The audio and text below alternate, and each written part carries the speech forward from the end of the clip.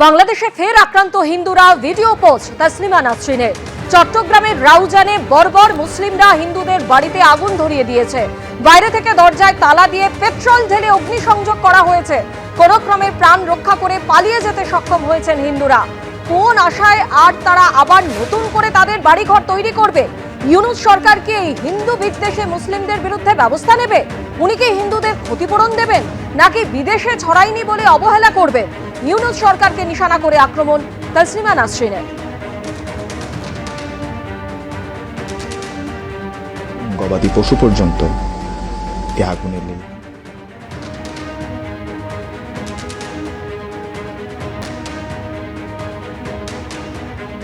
ক্ষতি তো অনেক কিছু হয়েছে, এটা বলার বাইরে। কিন্তু জানি না, একটা কথা শুধু বলতে চাই, এটা কোন ইস্যু বা কিরকম, আমাদের সাথে কারোর সাথে শত্রুতা নেই। এটা আমাদেরকে ভিতরে লক করে, মানে বাইরে থেকে লক করে আমাদেরকে আগুন দেওয়ার পরিকল্পনা, মানে আগুন দিয়ে দিয়েছে অলরেডি। আর আমরা বেরোইছি বাইরে দরজা কেটে, অনেক কষ্ট বিনিময়ে।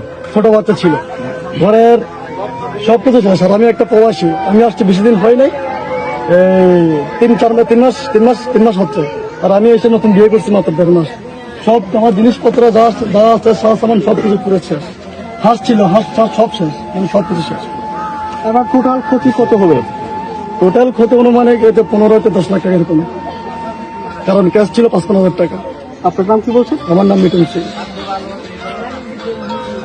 আর ঘটনা হয়েছে 3:20 অনুমানিক। অনেক কষ্ট বিনিময়ে বেরিয়েছে। বাইরে থেকে দরজা বন্ধ ছিল, বাইরে থেকে দরজা বন্ধ ছিল। ইউনূস সরকারকে নিশানা করে আক্রমণ তসলিমা নাসরিনের। আর এই নিয়ে আমরা কথা বলেছিলাম প্রাক্তন সেনাকর্তা ব্রিগেডিয়ার দেবাশিস দাসের সঙ্গে। তিনি কি বললেন শুনুন। ইউনূস সরকার বাংলাদেশের যে প্রধান উপদেষ্টা, তার কোনো হেলদোল নেই। সে জামায়াতের সঙ্গে মিলে, আনসারুল বাংলার সাথে মিলে, হিজবুত তাহরিরের সাথে মিলে, আল বাদারের সাথে মিলে, আল শামসের সাথে মিলে তার এজেন্ডা চালিয়ে যাচ্ছেন। তারা কোনো রকম ভাবে চান না যে কোনো সুষ্ঠু স্বাভাবিক ইলেকশন হোক, পাওয়ার হ্যান্ড ট্রান্সফার হোক। তিনি ক্ষমতায় থেকে যেতে চান, আমার ব্যক্তিগত মতামত। এবং তার জন্য যদি হাজার কয়েক হিন্দু, লক্ষ কয়েক হিন্দুকে পালিয়ে যেতে হয়, তার জন্য যদি ভারত বিদ্বেষিতা ছড়াতে হয়, তার জন্য যদি বাংলাদেশে আগুন লেগে যায়, তার জন্য যদি 7 বছরের বাচ্চা মেয়েকে পুড়িয়ে ফেলতে হয়, তার জন্য যদি দীপু দাসের মতো লোককে প্রাণহানি দিতে হয়, তাই সই। তো সেই ট্র্যাডিশন বাংলাদেশের সমান সবাই চলছে। এবং যেহেতু আমাদের একটা বড় বর্ডার আছে 4000 কিলোমিটারের, এরপরে আবার সেই 71-এর মতো রিফিউজির ঢল নামতে পারে। এবং তখন হয়তো বাধ্য হবেন, যেমন ইন্দিরা গান্ধী বাধ্য হয়েছিলেন বাংলাদেশকে 2 টুকরো করে দিতে, আবার হয়তো ভারত সরকার বাধ্য হবে। ওসমান হাদির মৃত্যুর পর এবার বিস্ফোরক মন্তব্য করেছেন তার ভাই ওমর বিন হাদি। তার ভাই অর্থাৎ ওসমান হাদিকে পরিকল্পিতভাবে হত্যা করা হয়েছিল এবং এই সরকার আদৌ কি দায় এড়াতে পারে?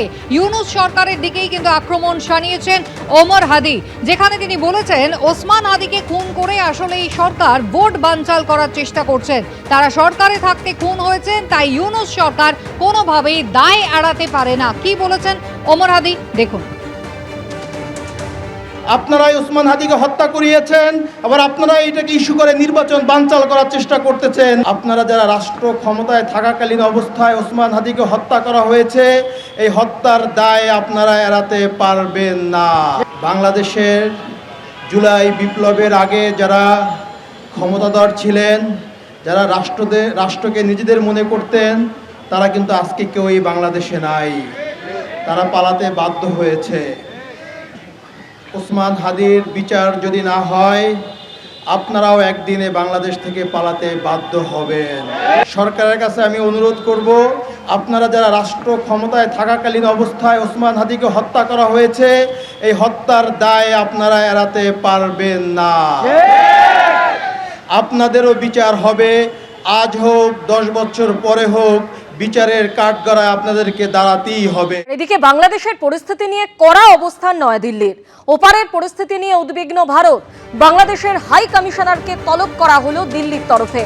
ওপারে কাজ করা দূতাবাস কর্মীদের নিরাপত্তা প্রসঙ্গ নিয়ে ঢাকাকে বার্তা দিল্লি। এর আগে ঢাকা ও চট্টগ্রামে ভারতীয় দূতাবাসের বাইরে বিক্ষোভ দেখানো হয়। এবিপি আনন্দ, এগিয়ে থাকে, এগিয়ে রাখে।